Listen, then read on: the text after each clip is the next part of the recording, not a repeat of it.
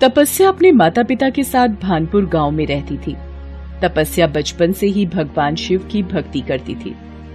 उसका नियम था रोजाना सुबह सुबह शिव मंदिर में जाना और पूरे मंदिर की साफ सफाई करके शिवलिंग की पूजा करना।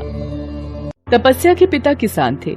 एक छोटी सी जमीन पर जो थोड़ा बहुत अनाज उगता उसे बेचकर थोड़े बहुत पैसे कमा लेते थे। तपस्या 12वीं पास थी। पैसों की तंगी के कारण वो शहर पढ़ने नहीं जा सकी। गांव में ही रहकर वो बच्चों को एक आंगनबाड़ी स्कूल में पढ़ाती थी। सबसे प्यार से बोलना, बड़ों की इज्जत करना उसके स्वभाव में शामिल था। एक दिन, अरे तपस्या बिटिया, आज बड़ी सुबह सुबह मंदिर की साफ सफाई कर दी। जी पंडित जी, आज स्कूल के बच्चों की परीक्षा का दिन है। थोड़ा जल्दी स्कूल पहुंचना है तो सोचा आज तड़के ही उठ जाऊं।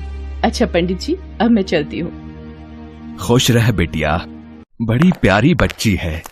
भगवान भोलेनाथ की परम भक्त है ये अपनी तपस्या। तपस्या स्कूल पहुंचने के लिए जल्दी में थी। अचानक वो किसी से टकरा जाती है। अरे इतनी जल्दी में कहाँ जा रही हो तपस्या? मेरे सामने से हट जाओ गजेंद्र, वरना मैं पिताजी को बोलकर ठाकुर साहब से तुम्हारी शिकायत लगा दूंगी। अरे तू क्या शिकायत लगवाएगी? तेरी बात ठाकुर साहब मानेंगे तब ना। जाकर देख ले ये भी। गजेंद्र ठाकुर का खास नौकर था। वो तपस्या को हर समय आते जाते तंग करता था।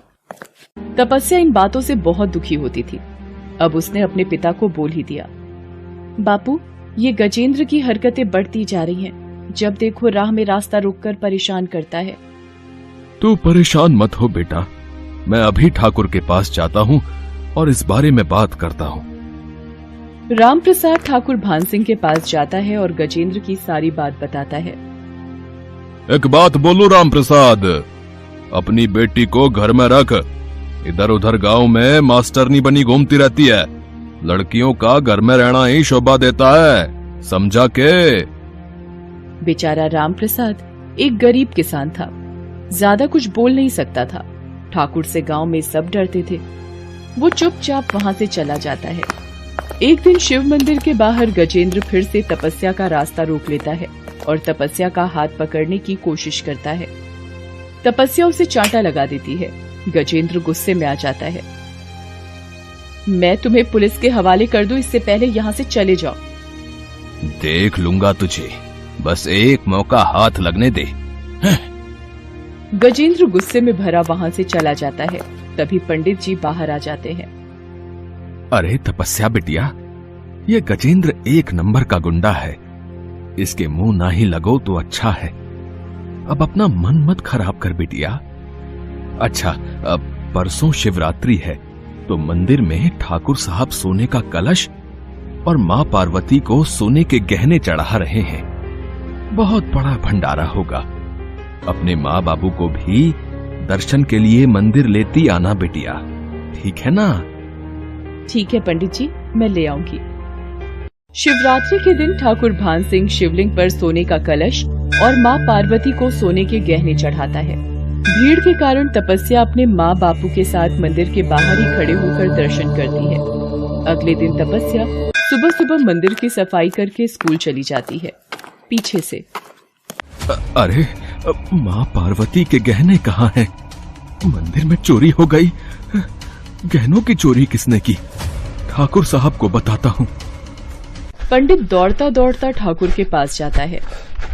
ठाकुर साहब, माँ पार्वती के गहने चोरी हो गए। क्या? अरे किसकी हिम्मत से जो इस गांव के मंदिर में मेरे द्वारा चढ़ाए गए गहनों को चोरी कर ले? पिताजी, मुझे टॉफी खानी है, अभी इसी वक्त। अरे ठकुराइन, अरे ये बंसी को अंदर ले जा, यहाँ जरूरी बात चल रही है। ठाकुर का बेटा बंसी कुछ साल पहले सिर में आई चोट के दौरान मंद बुद्धि हो गया था। बहुत इलाज कराने के बावजूद भी वो ठीक नहीं हुआ था। अरे ओ गजेंद्र, जरा जीप निकाल, मंदिर में गहनों की चोरी हो गई है। पिताजी, मैं भी आपके साथ चलूंगा।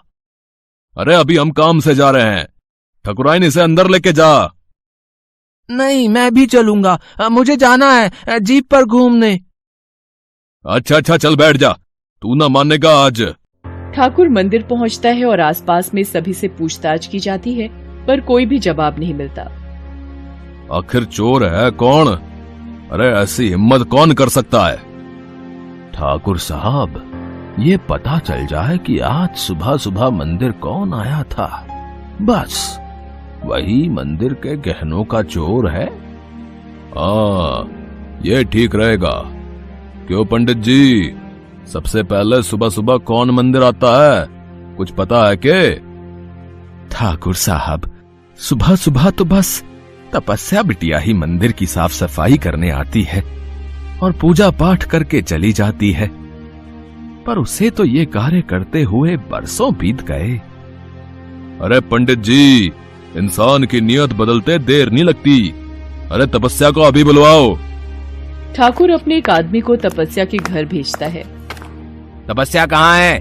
उसे ठाकुर साहब ने अभी इसी वक्त शिव मंदिर बुलाया है।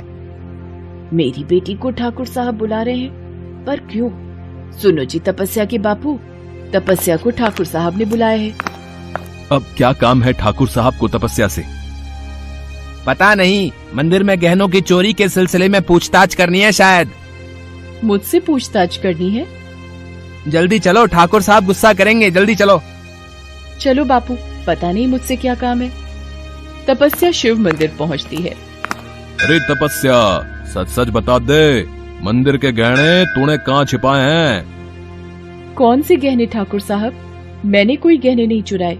सुबह तो माँ पार्वती के ऊपर गहने थे जब मैं आई थी। तो क्या गहनों को जमीन निगल गई या आसमान खा गया? सीधी तरह बता दे, गहने कहाँ हैं? ठाकुर साहब, मेरी बेटी ने कोई चोरी नहीं की, हमारा विश्वास कीजिए। मेरी बेटी परम शिव भक्त है, वो भला ऐसा घिनौना काम क्यों करेगी? अरे चल हट रे, ठाकुर साहब के आगे आंसू मत बहा। ये लड़की अभी गहने वापस करेगी। हे भोलेनाथ, मैंने आपकी सच्चे मन से हमेशा पूजा की है। आज आपकी भक्त को चोर कहा जा रहा है, वो भी आपके ही मंदिर की चोरी। हे शिव शंकर, मेरी सहायता करो। अरे ऐसे भगवान सुनने लगे तो मैं सबसे ज्यादा ध्यान पुण्य करता हूं, समझी के? मेरे बंसी के लिए कितने इलाज किए और कब से इस शिव मंदिर में दान कर रहा हूं, मेरी तो आज तक नहीं सुनी। मेरा इकलौता बेटा बंसी इतने सालों से ठीक नहीं हुआ। क्या तेरे शिव शंकर तेरी ज्यादा सुनते हैं के? हैं? तो बोल उन्हें मेरे बंसी को ठीक कर दें। क्या है उनमें इतनी शक्ति है जो तेरी सुन लेंगे और गहनों के चोर का पता चल जाएगा? बात कर रही है। तभी तपस्या को बंसी के हाथ में एक चूड़ी दिखाई देती है जो माँ पार्वती को चढ़ाई गई थी। ठाकुर साहब, आपके बेटे बंसी के हाथ में कुछ है। माँ पार्वती को चढ़ाई गई चूड़ी? रे बंसी, ये तेरे हाथ में कैसे आई रे? वो आज सुबह गजेंद्र के हाथ से गिर गई थी, मैंने उठा ली। ये झूठ बोल रहा है ठाकुर साहब। अब बंसी ने कहीं और से ले ली होगी। आप इस पागल की बातों पर विश्वास मत कीजिए ठाकुर साहब। रे तूने मेरे बेटे को पागल बोला, मैं तुझे जान से मार दूंगा। मंदिर के गहनों की चोरी तूने की है। मैंने तुझे अपने घर में पनाह दी, नौकरी दी, तू मेरी ही थाली में छेद कर रहा है। बता, तूने गहने क्यों चुराए, बता। मैं इस तपस्या से अपने थप्पड़ का बदला लेना चाहता था, इसलिए मैंने मंदिर के गहनों की चोरी की। तू मेरी आंखों के सामने से इसी वक्त चला जा, वरना मुझसे बुरा कोई नहीं होगा। गजेंद्र तिलमिलाता हुआ वहां से चला जाता है। मंदिर के गहनों का असली चोर मिल गया था। तपस्या बिटिया, मैंने तेरी शिव पूजा की शक्ति देखी है मेरी बेटी।